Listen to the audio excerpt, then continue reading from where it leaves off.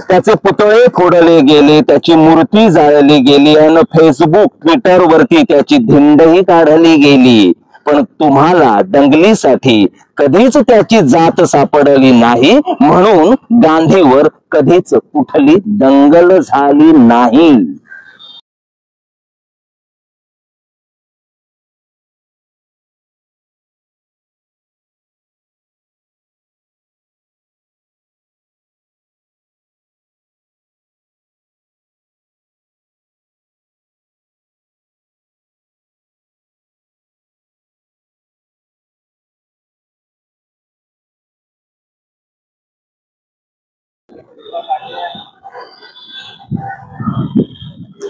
नमस्कार मित्रांनो, कसे आहात तुम्ही?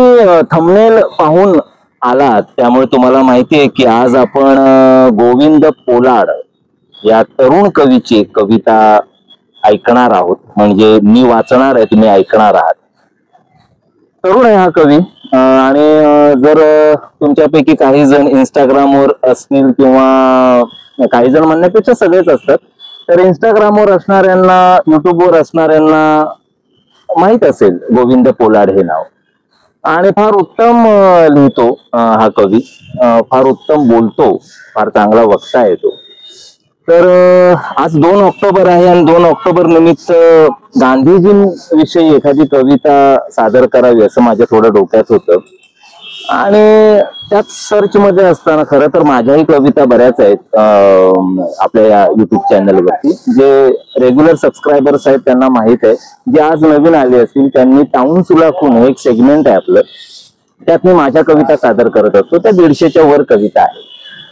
तर गांधीजींवरती काही छान असं जोरकस काहीतरी लिखाण व्हावं ते माझ्याकडून एवढ्या कमी अवधीत झालं नाही. आता मी गेल्या 15-20 दिवसांपासून थोडा विचार करत होतो, पण मला गोविंद पोलार्डची ही कविता माझ्या वाचनात आली.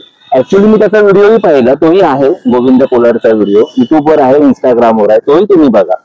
आणि मला राहवलं नाही. म्हणजे मी माझ्या युट्यूब चॅनलवरती अण्णाभाऊ साठेंची कविता वाचली आहे, नामदेव ढसाळ यांची कविता वाचली आहे, मंगेश पाडगावकरांच्या बऱ्याच कविता वाचल्या आहेत. त्यांची जिप्सी कविता माझी आवडते ती वाचली आहे. तर असे माझे आवडते कवी असतात. मी माझ्या कविता जशा सादर करतो आपल्या युट्यूब चॅनलवर, तशा मी मला ज्या कविता आवडल्या, जे कवी आवडतात त्यांच्या कविता मी तुमच्यासाठी घेऊन येत असतो म्हणा, किंवा वाचत असतो तुमच्यासमोर. तर आज मी गोविंद पोलार्ड याची गांधींवरली कविता वाचणार आहे. मित्रांनो लक्ष देऊन ऐका कविता, मला खूप आवडली ही कविता. तर कविता अशी आहे. अरे तुम्ही बदनाम करत गेले, पण तो बदनाम झाला नाही. त्याच्या बाजूने रस्त्यावर कुठला धर्मही आला नाही.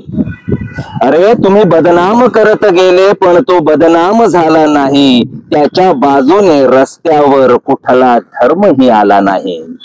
त्याचे पुतळे फोडले गेले, त्याची मूर्ती जाळली गेली आणि फेसबुक ट्विटर वरती त्याची धिंडही काढली गेली, पण तुम्हाला दंगलीसाठी कधीच त्याची जात सापडली नाही, म्हणून गांधीवर कधीच कुठली दंगल झाली नाही.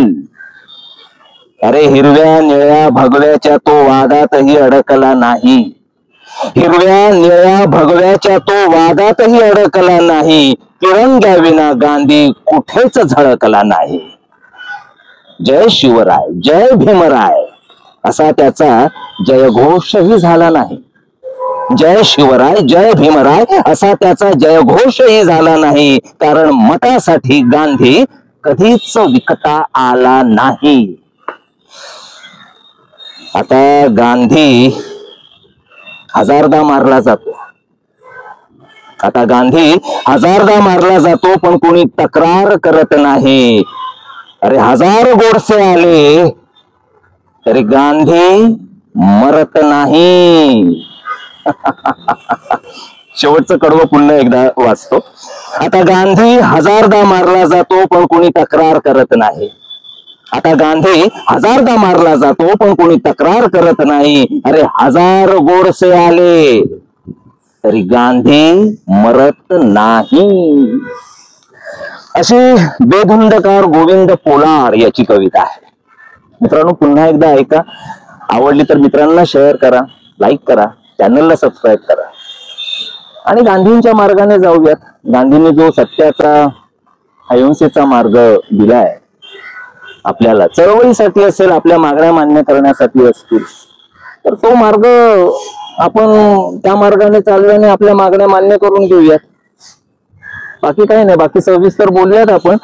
जेन झी या प्रकाराबद्दल, नेपाळमध्ये जे झालं, आता लडाखमध्ये जे झालं, त्याच्याविषयी स्वतंत्र व्हिडिओ मी करणारच आहे. तर तेव्हा त्या व्हिडिओत गांधी मार्ग किती महत्वाचा आहे या संदर्भात आपण बोलूयात. आणि बाकी काय नाही. बाकी सोनम वांगचुक यांना आपल्या न्याय हक्कासाठी आंदोलन करत असताना सरकारने जी काही ट्रीटमेंट दिली आहे त्याचा मी निषेध करतो. गांधी मार्गाने निषेध व्यक्त करणं हे आपलं काम आहे. बाकी काय होतं त्या केसचं ते पुढे आपण बघूच.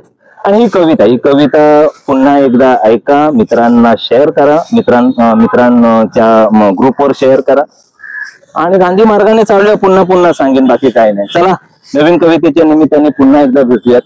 तोपर्यंत टाटा. आणि एक आपण एक पॉडकास्ट सुरू करतोय, जे मी मागे म्हणालो होतो, मुलाखती घेण्याचं. तर काही 2-4 मान्यवरांशी माझं बोलणं झालेलं आहे. आपण लवकरच ते एपिसोड सुरू करणार आहोत. आणि कविता पुन्हा एकदा ऐका. चला, tata, bye bye, sayonara, bye.